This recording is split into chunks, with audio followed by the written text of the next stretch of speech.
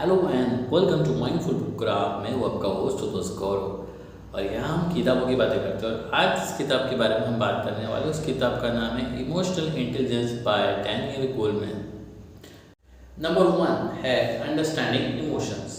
Author अपने इस किताब इमोशनल इंटेलिजेंस में कहते हैं कि आपको आपके खुद के इमोशंस को परखना होगा और समझना होगा। ठीक है, अब इमोशंस अलग प्रकार के होते हैं, हैप्पी, सैड, ठीक है, एंग्री, एंशियस, अफ्रेड। बहुत सारे इमोशंस में आपको खुद को अंडरस्टैंड करना पड़ेगा कि आप वो कैसे इमोशंस आते हैं। ठीक है, क्या ट्रिगर पॉइंट है।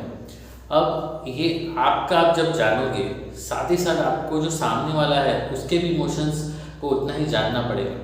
जब आप इमोशंस को जानोगे तो आप उसी तरह से उनसे कम्युनिकेट कर पाओगे।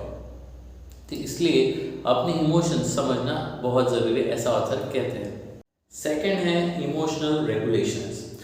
अब ऑथर कहते हैं कि जैसे आपने इमोशंस को जान लिया, अब उन इमोशंस को आपको चैनलाइज करना पड़ेगा, रेगुलरेशन उनका करना पड़ेगा।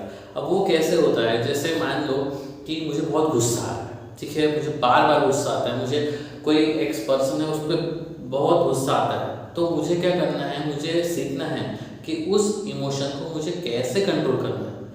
जैसे कोई बार बार पे डर जाता है, ठीक है, या किसी को दुख बहुत सताता है, तो ये सारी चीज़ें हैं ना, आपको as a trigger point identify करके उनको मैं कैसे नलीफाई करूँगा, इसका आपको स्टडी करना होगा। और इस किताब में बहुत से एग्जाम्पल्स के साथ आपको ये चीज़ समझाई गई है। अगर आप पढ़ोगे तो बिल्कुल ये चीज़ आपको समझ में आ जाएगी। थर्ड है एम्पैथी। ऑथर कहते हैं कि एम्पैथी का रोल अपने लाइफ में बहुत इंपॉर्टेंट है। तो वो कैसे, जैसे आप एम्पैथी की भावना रखते हो, ठीक है, मतलब किसी के प्रति दया करुणा की भावना रखते हो, तो आप मीनिंगफुल रिलेशनशिप समझ पाओगे और निभा पाओगे। अदरवाइज क्या होगा कि आप सामने वाले का इमोशंस की वैल्यू नहीं करेंगे और उसको कुछ बोल दोगे, तो जो मतलब शब्द है ना, बाणों की तरह होते हैं, वो ठप से लग जाते हैं। तो इसलिए उसका आपको ध्यान रखना होगा।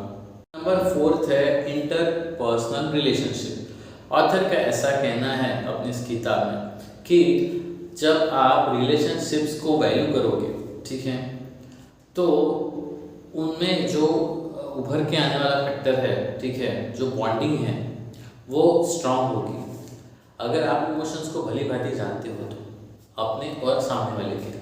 अब जब आप ऐसा करोगे, आपको समझ में आएगा इमोशंस का, तो बहुत सारे जो कॉन्फ्लिक्ट्स हैं ना, वो यू रिजॉल्व होंगे, क्योंकि आपको पता है होगा कि सामने वाले को मुझे कैसे डील करना है। तो इसलिए इंटरपर्सनल रिलेशनशिप बहुत इंपॉर्टेंट है। नंबर 5 और आखिरी पॉइंट इस वीडियो का वो है सोशल अवेयरनेस। अब ऑथर कहते हैं कि आपको सोशली अवेयर होना होगा। सोशली अवेयर मतलब क्या, कि आप जहाँ पे भी हो, ठीक है, घर होगा, आपका वर्क प्लेस होगा, तो आपको डिफरेंट सिचुएशन आएंगी। अब ये डिफरेंट सिचुएशन को आपको कैसे डील करना है वो आपको इस किताब में पता चलेगा। तो इसलिए सोशल अवेयरनेस, सोशली अवेयर रहना ये बहुत इंपॉर्टेंट है, ऐसा ऑथर कहते हैं। तो आज हमने 5 की पॉइंट्स में जाना किताब इमोशनल इंटेलिजेंस के बारे में।